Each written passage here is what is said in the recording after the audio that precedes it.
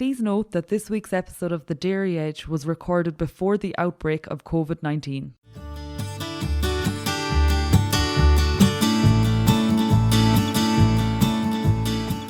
Hello, I'm Emma-Louise Coffey and you're welcome to The Dairy Edge, the Teagasc Dairy podcast. We're bringing you the latest information, insights and opinion to improve dairy farm performance. On this week's episode, Geneticist Siobhan Ring updates us on the latest changes to the EBI, including the new calving difficulty tool for heifers. The makeup of the calving subindex hasn't changed that much, so I suppose an animal with a favourable calving subindex would have been easier calving, have a shorter gestation and have fewer calf deaths. I suppose this year the change is that the calving difficulty traits in the calving subindex have been re-evaluated to offer a better service to farmers. Essentially, we've split out the calving difficulty figure from one trait to two traits. So we have a dairy heifer calving difficulty percentage and a dairy cow calving difficulty percentage. And I suppose the reason why is that heifers, they have more difficulty than cows. And that was not fully reflected in the single calving difficulty figure before. It was over-reflected by cow records. And looking at calving difficulty as a figure, Siobhan, when we're selecting bulls from the active bull list, you know, a rule of thumb farmers would have used in the past is, I'm going to have a limit for my heifers. I wouldn't go beyond a calving difficulty of 2%. I suppose if you look at that figure, what does it actually mean? That's a very, very important point, Emma-Louise. And that's really what we need to think of when we're setting these thresholds. So for a figure of 2%, if I have 100 cows, that means 2 out of 100 are expected to have considerable difficulty at calving. So if my figure was 3%, we're talking about 3 out of 100. And I suppose moving to this new scale when we're splitting out the dairy heifer and the dairy cow percentage, what we'll see is that the old figure is very reflective of the new cow figure, but now the heifer calving difficulty percentage would appear higher because I suppose that wasn't fully reflected previously. But we do now have an even better trait for farmers that are selecting bulls for heifers, as we have given bulls a risk category when selecting bulls for heifers. Either is he low, moderate or high risk for use on heifers. So going forward now, you're looking at a combination of your calving difficulty percentage plus a guide in terms of your low, moderate, high. Is this what we're looking at going forward? Yeah, that's exactly what we're looking at. So I suppose the advice going forward then would be, if you're selecting a bull for cows, use the cow calving difficulty figure. If you're selecting a bull for heifers, the easiest way to do that is to use this risk category. So your new 2% is now bulls that are in the low risk category. If you've got bigger heifers and maybe you're willing to tolerate a little bit more risk, you might consider using bulls in the moderate risk category. But I suppose the high risk category really are not suitable for use on heifers. And that's available for AI bulls and for stock bulls alike. So if you're going buying a stock bull, you can go look up his figures on the animal search on ICBS. And that'll give you a good indication, you know. Indeed, a lot of people, they will do one round of AI with the heifers and they'll let off a stock bull, and I suppose, you know, you can measure that and take account of that, and it'll minimise, I suppose, issues around calving and increase labour demand during the calving season. Taking it a step forward, then moving away from the calving subindex, there's also been changes to the maintenance subindex. So can you give us some information on that, Siobhan? So the maintenance subindex, again, is one of the subindexes in the EBI, and it's viewed, live weight worldwide would be viewed as the best predictor of maintenance requirements of the cow. So essentially how much it costs to keep the cow on the ground. And up until this year, the EBI used cull cow weight records as an indicator of live weight, as we didn't necessarily have enough live weight records when this subindex was initially derived to include live weight itself. However, now there are enough live weight records that we can use that as a specific indicator of maintenance. And I suppose the changes to the maintenance subindex now reflect the impact of kill-out percentage differences between different breeds which impacts the difference between cull cow carcass weight and live weight. The new rule of thumb under the old system would have been, I suppose, a mature cow with a zero maintenance subindex was 605 kilos, and 20-year was 550 kilos on average. The new rule would be at about a zero maintenance subindex, your live weight would be 644 kilos, and if she had a 20-year maintenance subindex, you're talking about 559 kilos.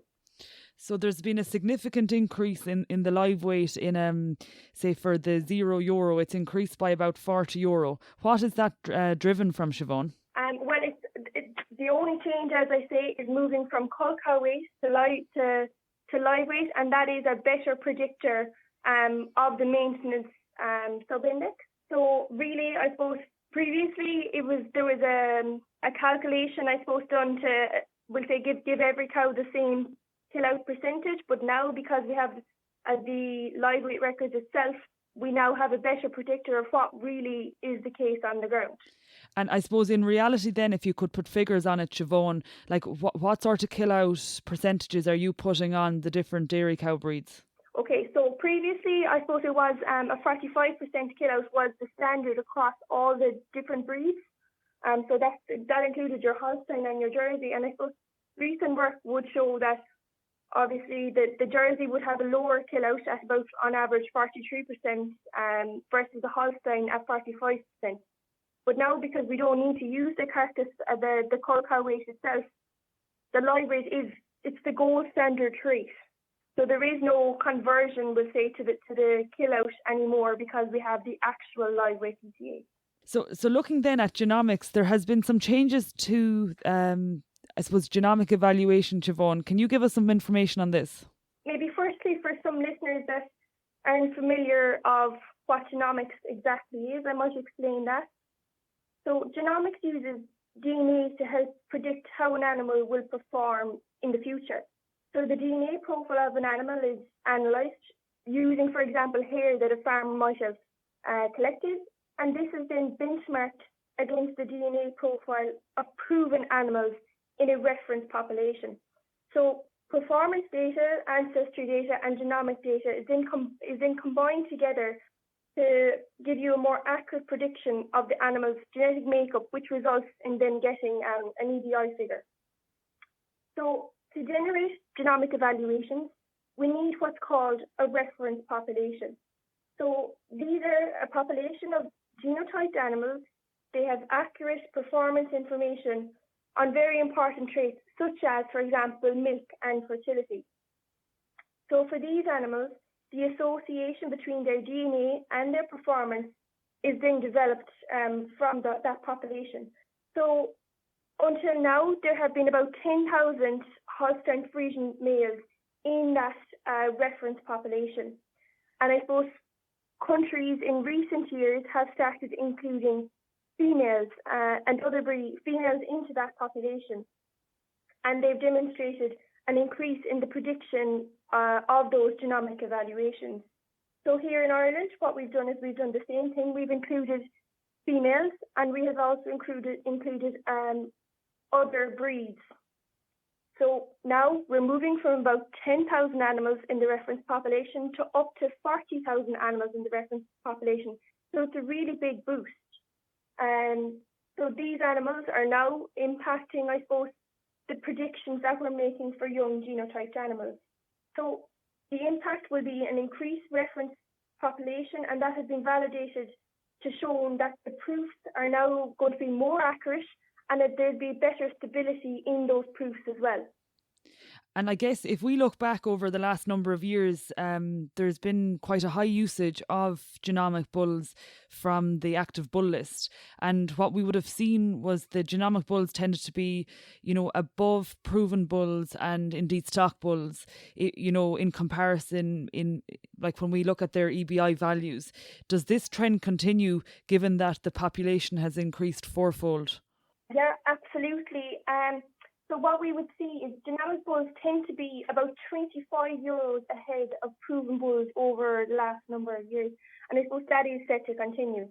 So using daughter-proven bulls instead of genomic bulls, it can reduce the risk of an individual bull changing but I suppose overall it does reduce your genetic gain.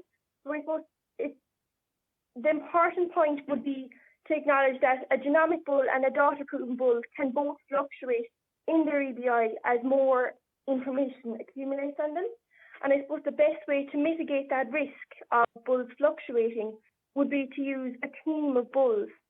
So if you're talking about a herd of 100 cows, you're looking at a minimum of 8 bulls, and that's equal usage of 8 bulls across the herd, and that will help you it will say if one bull goes down, then on average your group will not change. I think that's some really good advice, Siobhan. As you say, if you're using a team of bulls, that would be important. So what you're saying is 8 bulls for 100 cows, and then you're talking about equal usage. So, if you were to say, oh God, this bull is excellent, and you use it across 40 or 50% of the herd, if that bull is the bull that fluctuates, you're in trouble. Whereas, if you've your 8 bulls, you're talking 12, 13% of your herd is going to be served to one bull. So you're minimising your risk.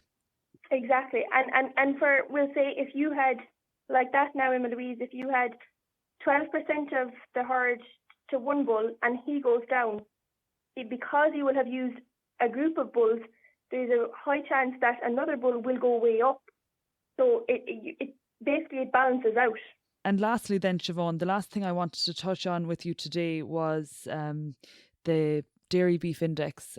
So I suppose for 2019 breeding season, the dairy beef index was very new, and I suppose some people weren't aware of it. So there's been more conversation about it.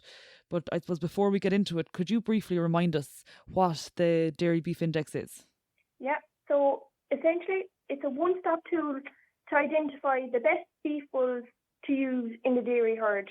So really it's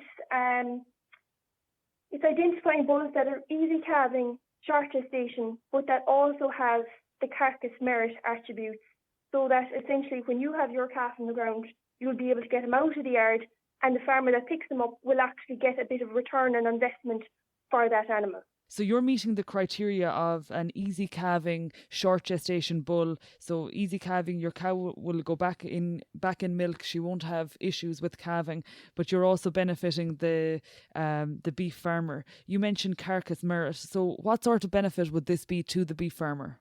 So the dairy beef index is made up of 2 sub-indexes, similar to the EBI. So we have a value of calving sub-index and a value of beef sub-index.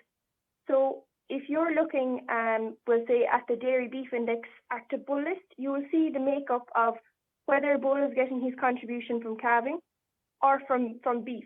So here we're talking about higher carcass weight, higher conformation, lower carcass fat, and of course animals that are meeting the minimum factory requirements in terms of specifications for weight and for conformation.